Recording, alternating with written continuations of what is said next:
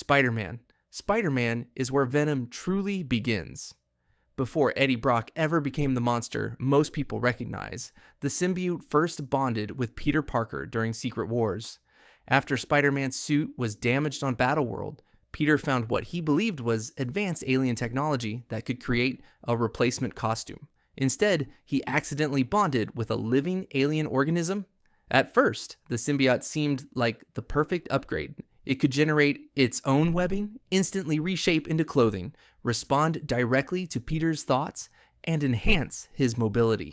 It felt less like wearing a suit and more like upgrading his body. But that convenience hid the real danger. The symbiote was not passive armor.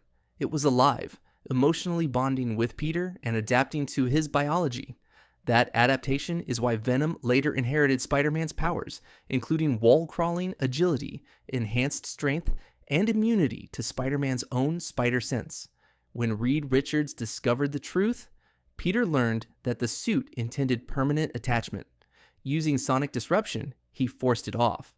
That rejection changed Marvel history because the symbiote didn't just lose a host, it developed hatred. Eddie Brock. Eddie Brock didn't become Venom by accident. He became Venom because the bond made emotional sense.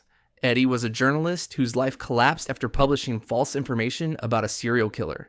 When Spider-Man exposed the truth, Eddie's career was destroyed, his marriage failed, and his entire life unraveled. At the same time, the symbiote had just been rejected by Peter Parker. Both blamed Spider-Man, and that shared resentment created perfect compatibility. Unlike Peter, Eddie didn't resist the bond. He embraced it.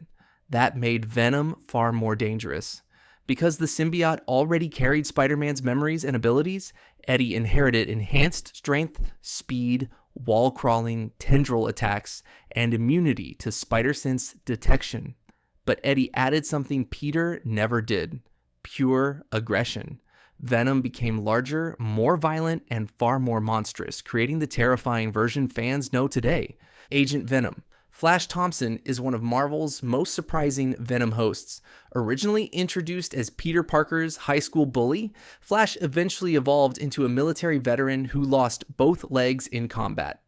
Instead of destroying the symbiote, the government saw its combat potential and decided to weaponize it. Their solution was to bond the symbiote to a trained soldier under controlled conditions, creating Agent Venom. Unlike Eddie Brock's monstrous version, Flash's symbiote was tactical, disciplined, and built for military missions instead of revenge. The bond restored Flash's lost mobility, allowing him to walk again while connected. It also granted enhanced strength, stealth, adaptive weapon generation, rapid healing, and battlefield versatility. But the arrangement came with strict limits. If Flash stayed bonded too long, the symbiote's influence became harder to control. That made Agent Venom unique. He wasn't simply wearing armor, he was entering a controlled partnership with a living weapon. Deadpool. Marvel took the concept into complete insanity with Deadpool. Deadpool as a Venom host makes terrifying sense because he is already mentally unstable before the symbiote ever arrives. Most symbiotes manipulate hosts by amplifying aggression, emotional instability, and violent impulses. Deadpool doesn't need help in any of those areas. His fractured mind, trauma, chaotic personality, and regenerative healing factor make him one of the most unpredictable beings in Marvel. That creates Venom Pool. This version combines symbiote brutality with Deadpool's near immortality. Normal Venom hosts can eventually be injured, restrained, or exhausted. Deadpool heals rapidly, making him much harder to stop.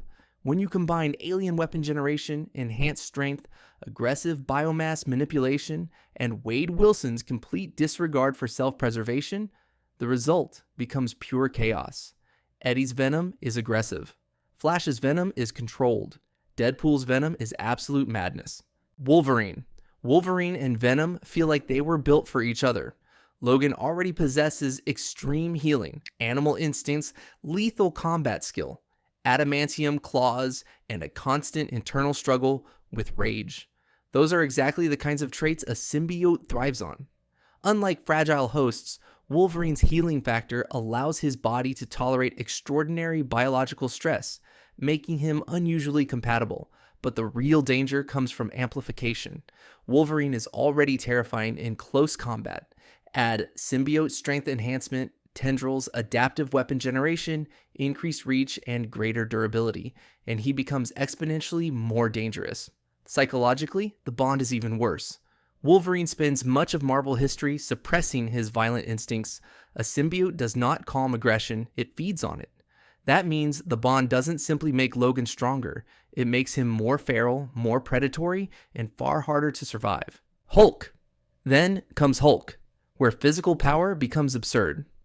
Bruce Banner's transformation already creates one of Marvel's strongest beings, with power that increases alongside rage. Adding Venom on top of that creates a nightmare scenario. The symbiote enhances regeneration, creates adaptive armor, extends Hulk's reach with tendrils, and adds entirely new offensive options. Hulk's biggest weakness is often simplicity. He overwhelms through brute force. Venom changes that by making him more versatile, more adaptive, and far less predictable. Psychologically, the pairing is even more dangerous.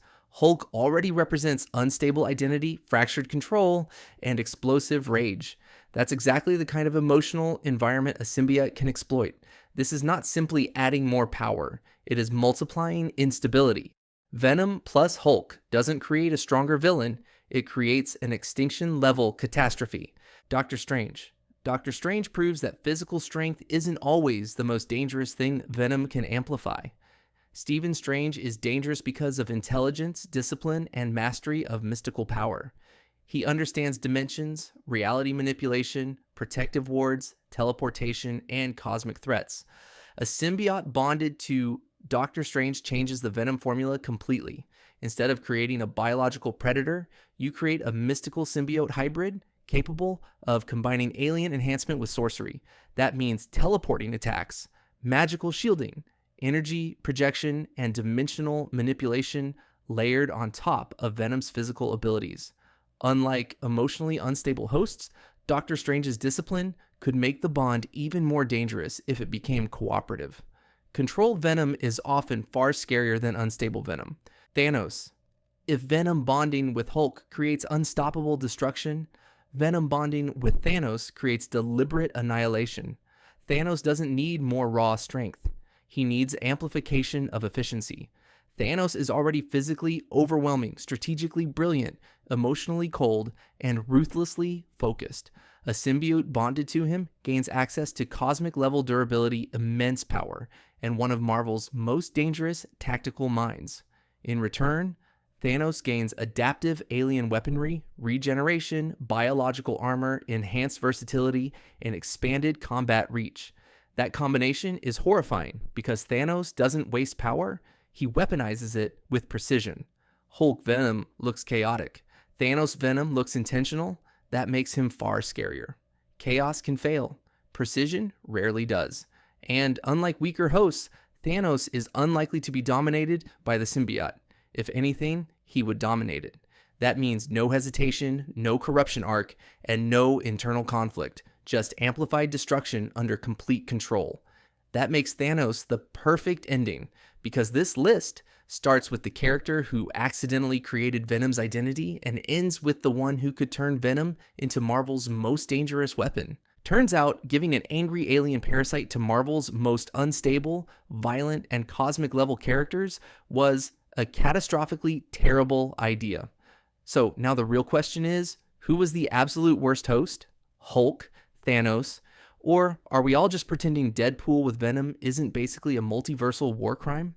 Drop your pick in the comments. I want to see the arguments. And if you enjoy deep Marvel breakdowns like this, hit like, subscribe, and turn on notifications because apparently Marvel will keep bonding symbiotes to anything that breathes, and I'll be here explaining the chaos.